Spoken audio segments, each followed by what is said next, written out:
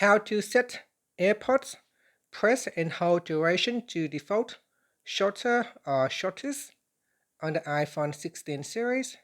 First, let's return back to the home screen by swiping up at the bottom of the screen. Now from the home screen, we tap on Settings. Then in the Settings page, we scroll down and then tap on Accessibility. Next, scroll down to the bottom and then tap on AirPods.